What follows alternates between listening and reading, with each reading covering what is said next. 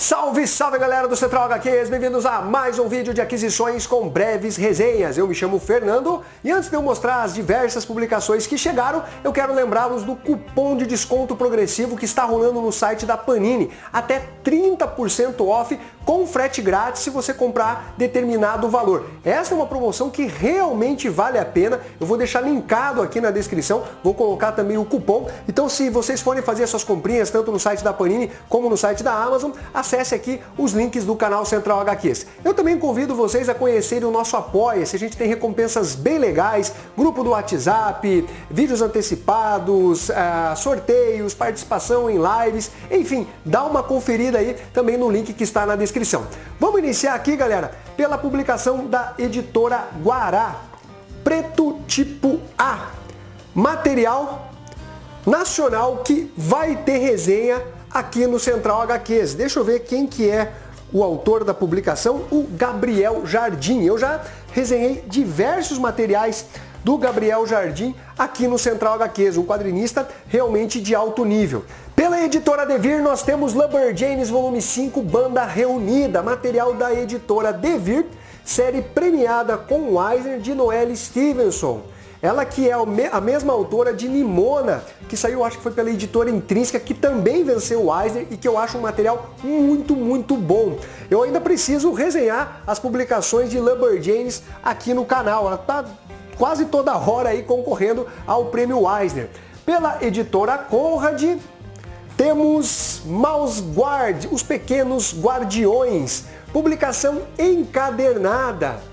Eu tenho as edições avulsas e comprei esse material aqui com mais de 30% de desconto, acho que foi até com 40%. Aí acabei cofrando o material e vou colocar as edições avulsas ali justamente para os apoiadores do canal. Ah, também venceu o prêmio Eisner, essa publicação aqui, ela é muito boa. Pela editora Pipoca e Nanquim, nós temos Spectreman volume 4, aqui a edição. Material que fecha a série em apenas 4 volumes. Eu já resenhei os 2 ou 3 primeiros da série Spectreman aqui no Central HQs. Uma publicação bacana que eu acredito que os fãs do seriado de TV com certeza vão curtir o material. Ainda pelo Pipoca nós temos aqui Balada para Sophie, de Felipe Melo e Juan Cávia. Publicação portuguesa, material muito elogiado, que também está concorrendo ao prêmio Eisner nesse ano de 2022. Ainda não saiu o resultado da publicação, material aí que em breve vai ter resenha para vocês aqui no canal. E agora nós vamos de várias publicações da Script Editora.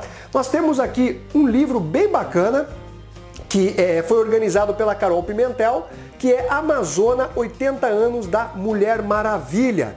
A Script tem feito um trabalho bem interessante com esses livros aqui, onde faz um apanhado, né, da história de determinados personagens. Já tivemos o do Coringa, que é o Homem que Ri, o Batman, o Cavaleiro das Trevas, tem o do Robin, que inclusive está em financiamento no Catarse, dá uma olhada lá. E temos também esse daqui, que obviamente se refere à Mulher Maravilha da DC Comics. Tá faltando da Marvel aí, Script, ó. Tem que fazer do Incrível Hulk. Eu ajudo aí com materiais relacionados ao Golias Esmeralda. Então aqui temos este livro da Script. Vamos continuar aqui com a Script com mais um livro, galera, muito bacana também. Eu adorei a capa da publicação. Olha a contracapa, ou quarta página. Publicação que tem capa cartonada, caiu ali o marcador de página. É um livro, galera, sobre os heróis pulp.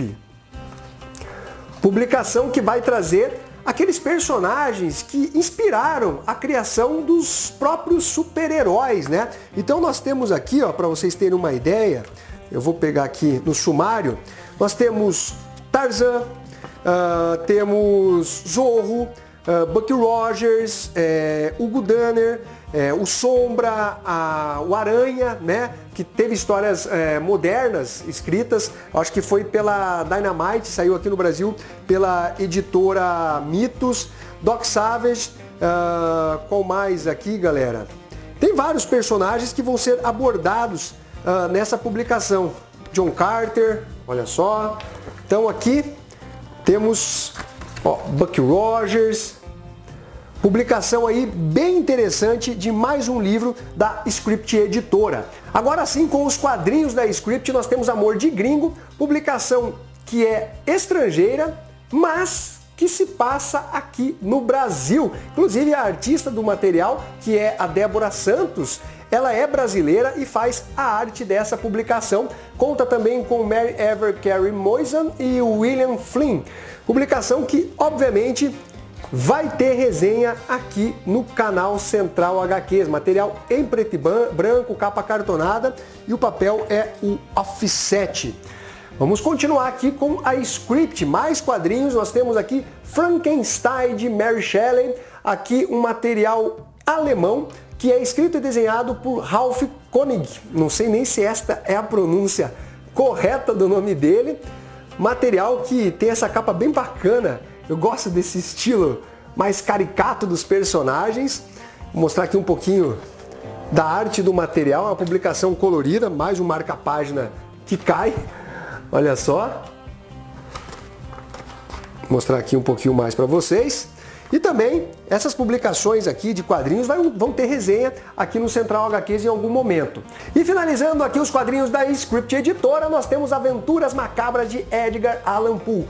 Galera, como tá linda esta edição, muito bonita mesmo, parece que a capa é envelhecida, a arte de capa também tá belíssima e ela reproduz, né, a capa da edição onde as histórias que estão compiladas dentro desse material foram publicadas originalmente. Então ficou um trabalho da Script de excelência.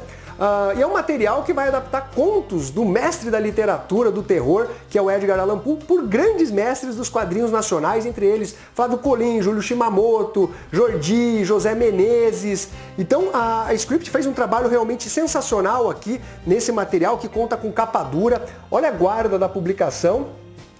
Lembrando vocês que eu já fiz resenha desse material aqui no canal. Então você tem aqui, uma introdução muito bacana, falando um pouquinho sobre o Edgar. Aqui a adaptação feita pelo Flávio Colim da primeira história, deixa eu pegar o nome dela aqui, é A Máscara da Morte Rubra.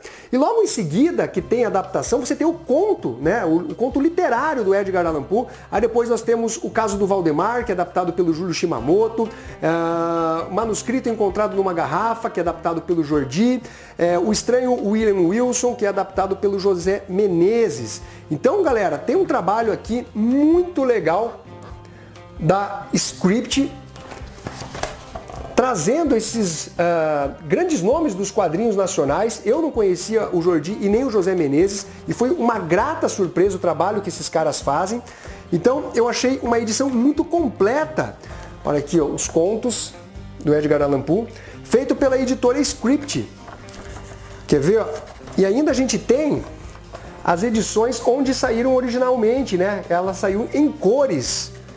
Então você tem aqui também a publicação original. Muito, muito legal esse projeto aqui, esse quadrinho nacional da Script Editora.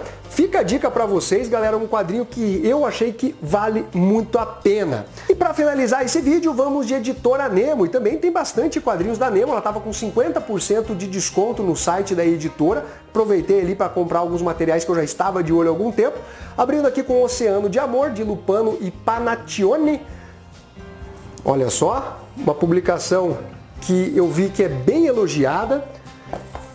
Temos Suzette, que eu já estava de olho nesse material, ou O Grande Amor, do Fabian Tomé, que é um grande quadrinista, o autor aí de Duas Vidas, da Odisseia de Hakim, que entrou para minha lista no ano de 2021 como um dos melhores quadrinhos que eu li. Temos também Aldobrando, olha só, do Jeep, ele que faz o roteiro, se eu não me engano, dessa publicação aqui. Um dos apoiadores, eu não lembro se foi o Márcio, a gente fez uma live, aquela live de Central Resenhas, né? Onde os apoiadores participam, resenhando quadrinhos, comentaram sobre esse material Aldobrando. Eu fiquei curioso, então acabei adquirindo o material. E finalizando a parte de aquisições, né? Com mais um material da editora Nemo, nós temos Adoção de Zidro e Monin. Material que me instigou justamente pelo nome do Zidro, que também é um grande quadrinista, eu adoro os trabalhos dele, até agora não li até agora não li um quadrinho dele que fosse sequer mediano, é tudo bem acima da média e é uma edição colorida aí, a editora Nemo tem grandes obras em quadrinhos trazidas aqui para o Brasil. Agora nós vamos às breves resenhas. Abrindo com Necron Volume 6, Massacre no Trem Noturno, publicação da Tai Editora. Série italiana escrita e desenhada pelo Magnus. Publicação que, se não me engano, terá um total de 15 volumes, e eu já resenhei todos os anteriores e vou resenhar os próximos que chegarem também, que forem lançados.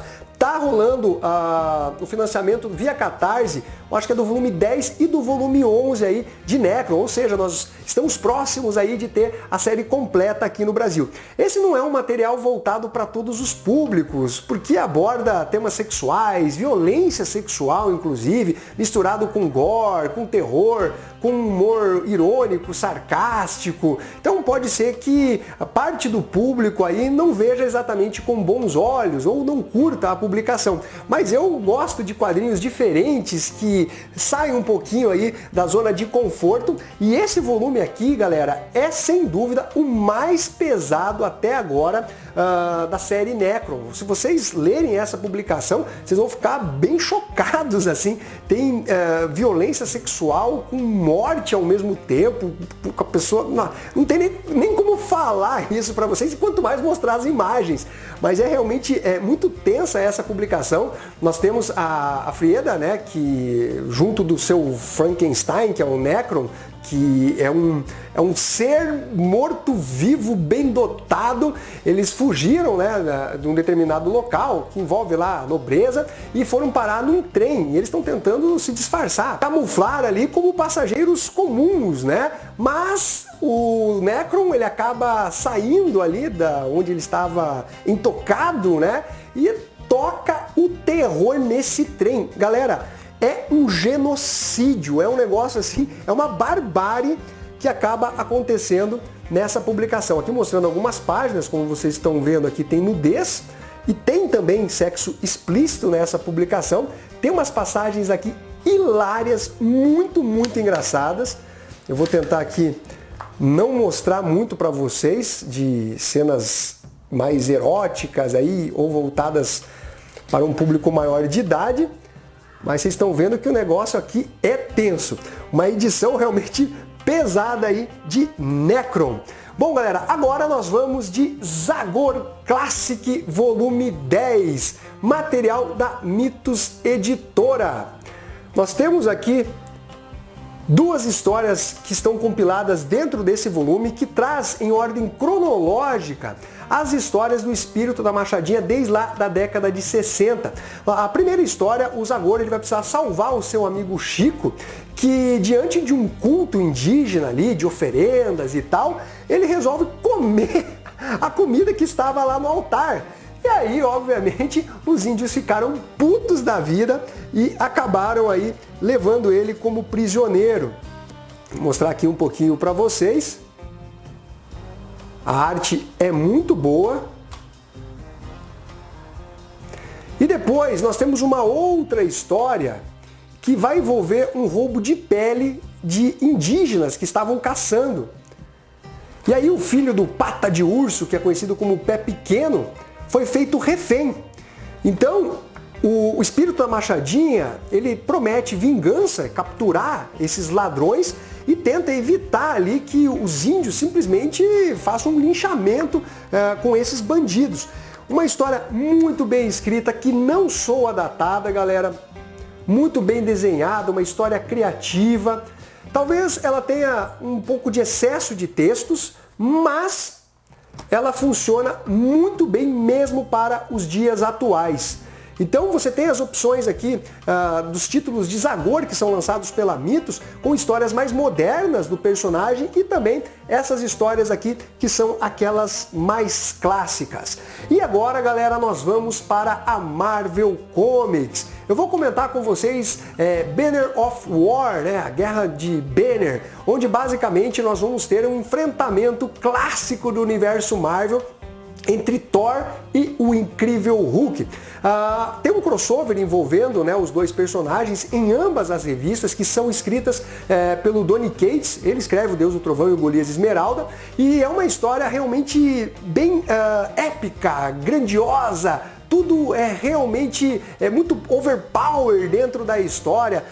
O Hulk que está cada vez ficando mais forte, com o Banner ali naquela espécie de espaçonave, controla e alimenta o Golias Esmeralda para que ele fique mais nervoso e consequentemente mais forte.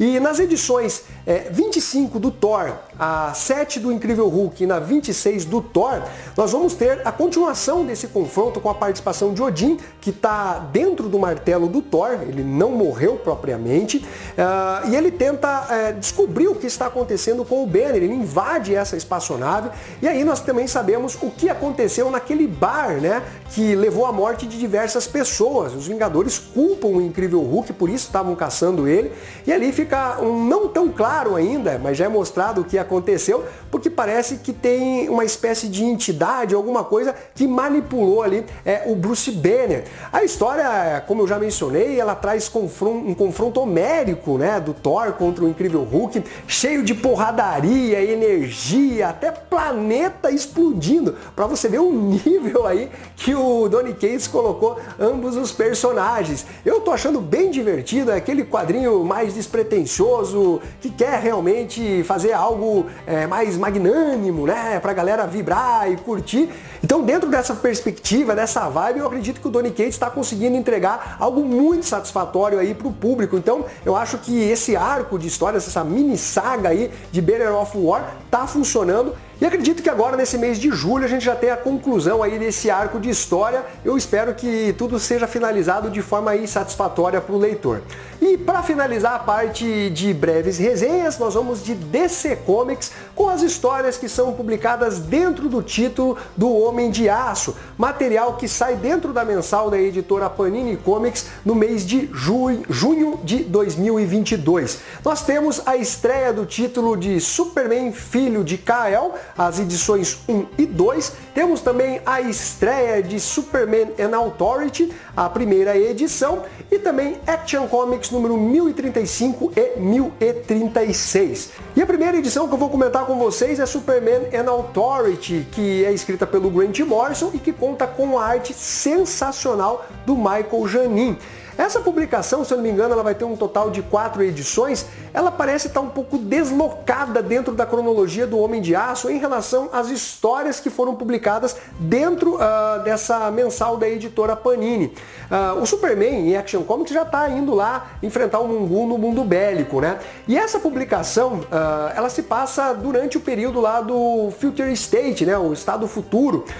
E o Superman, que está enfraquecido, com cabelos grisalhos, o que não acontece na série de Action Comics, lembrando até o Reed Richards, ele busca membros para formar uma equipe. E o primeiro membro é justamente um personagem que eu gosto bastante, que é o Manchester Black. Ele que é um telepata, telecinético muito poderoso, o cara é foda. Ele tem a bandeira britânica assim, né, no seu peito. E basicamente o Superman consegue convencê-lo, né? O Grant Morrison sabe escrever muito bem, de uma forma que realmente o personagem se interesse, né, em pertencer a esse grupo criado pelo Homem de Aço. A ideia do Superman é que quando ele morrer ou deixar o planeta, exista um grupo que consiga, né, proteger o planeta Terra. Essa edição ela traz algumas coisas que eu achei um tanto esquisitas. Você tem um diálogo do Superman com o John Kennedy, e ali eu fiquei um pouco perdido, porque basicamente é uma história ambientada lá na década de 60. E aí, quando você tem esse contraste de poucos anos cronológicos, né, dentro da cronologia DC, fica esquisito. Pô, se o Superman tava lá com o John Kennedy na década de 60, quantos anos teria a Lois Lane? Entre outras repercussões. Mas não é nada também que compromete a leitura. Mas queira ou não, acaba ficando ali esquisitinho. Eu gostei dessa primeira edição escrita pelo Grant Morrison, tem várias referências ali, seja de caráter político, seja em relação ao próprio Superman, e eu espero que a série suba um pouquinho mais de nível. Eu achei que poderia ser melhor. Gostei, mas quando a gente fala em Grant Morrison, a gente sempre espera algo mais avassalador.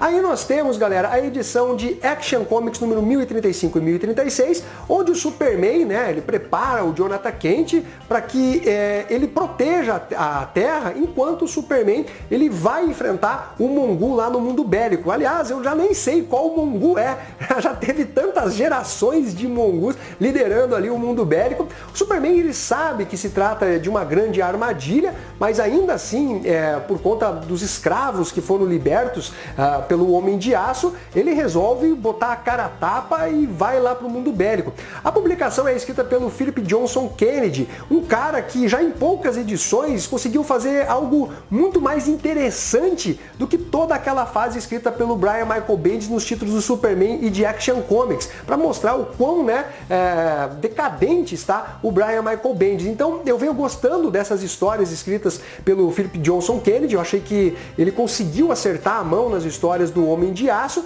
Eu acho que é bem interessante aí colocar um personagem numa saga que não se passe na Terra, colocar o personagem aí em novos ares. Então é um material que eu indico para vocês. E para finalizar, nós temos Superman Filho de Kal-El, publicação, galera, que vai trazer Tom Taylor nos roteiros, que é um roteirista que particularmente eu gosto. Normalmente as suas histórias são boas, aquele feijão com arroz caprichado. Não é um cara que vai te entregar um épico em quadrinhos, mas é aquele escritor que realmente entende a vibe dos quadrinhos e ele entrega o entretenimento necessário, pelo menos na maior parte das suas publicações. Tanto que ele está concorrendo ao Prêmio Eisner com a série do Asa Noturna, que na minha opinião é a melhor publicação da DC na atualidade. Mas voltando ao título aí do Superman Filho de Kal-El, obviamente o protagonista é o Jonathan Kent. Ele que vai ficar no planeta Terra substituindo seu pai, que foi para o espaço. O que eu acho interessante dentro dessa publicação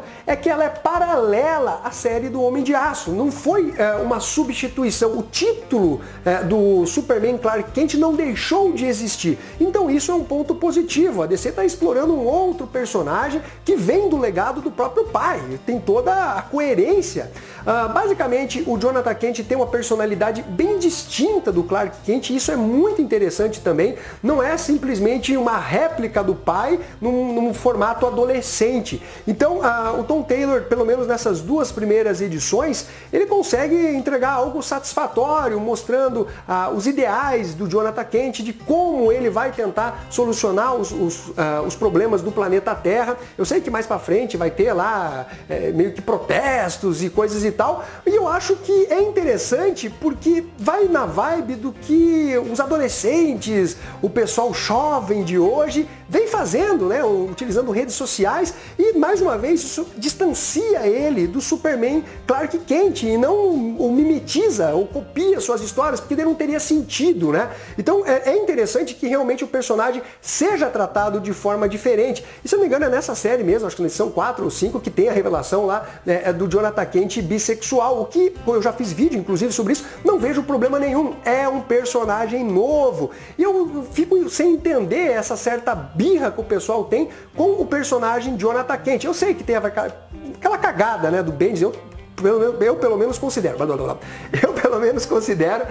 que foi avançar o personagem em idade, né, no sentido de formação física. Ele era uma criança e agora ele já é um adolescente, né? Passou um tempo lá num determinado local onde o tempo passava mais rápido, então ele acabou se desenvolvendo. Apesar da idade dele, de acordo com o planeta Terra, ainda obviamente se manter. A questão dos desenhos eu achei um pouco ruim, porque basicamente nós temos o Damian, que é uma criança também, e ele com o Jonathan, eles tinham ali uma faixa etária próxima. E agora, com o Jonathan mais adolescente, ou seja, maior, o Damian também acabou crescendo, pelo menos nos desenhos, e não faz muito sentido, porque quem passou por aquela questão de aceleração de desenvolvimento foi o Jonathan e não o Damian. Mas voltando com relação a essa implicância que o pessoal tem em relação ao Jonathan Kent, eu acho, galera, que é preciso separar as coisas. Eu entendo que, de certa forma, há uma birra, não só com a DC, mas com a Marvel também, que fizeram coisas muito forçadas, coisas que realmente não agradaram o público, né? Tentando modificar personagens estabelecidos e tudo mais. Mas quando ela acerta, né, que é o caso do Jonathan Kent, em criar ali uma representatividade do personagem ser bissexual, eu acho que a gente tem que concordar. A gente tem que criticar quando merece, e é o meu caso, e eu tenho coerência nisso, e simplesmente apoiar quando há uma boa decisão. Então, ao contrário do que muita gente fala, principalmente os tiozinhos de WhatsApp, o Fernando não quer representatividade.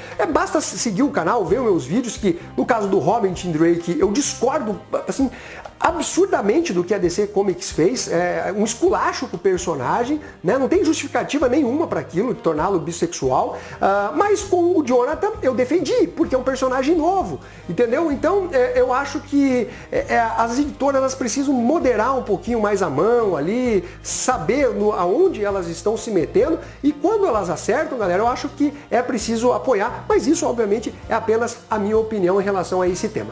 Bom, galera, então basicamente é isso daí, eu espero que vocês tenham curtido esse vídeo, não esqueça de dar o seu like, compartilhar e ficamos até a próxima. Fui!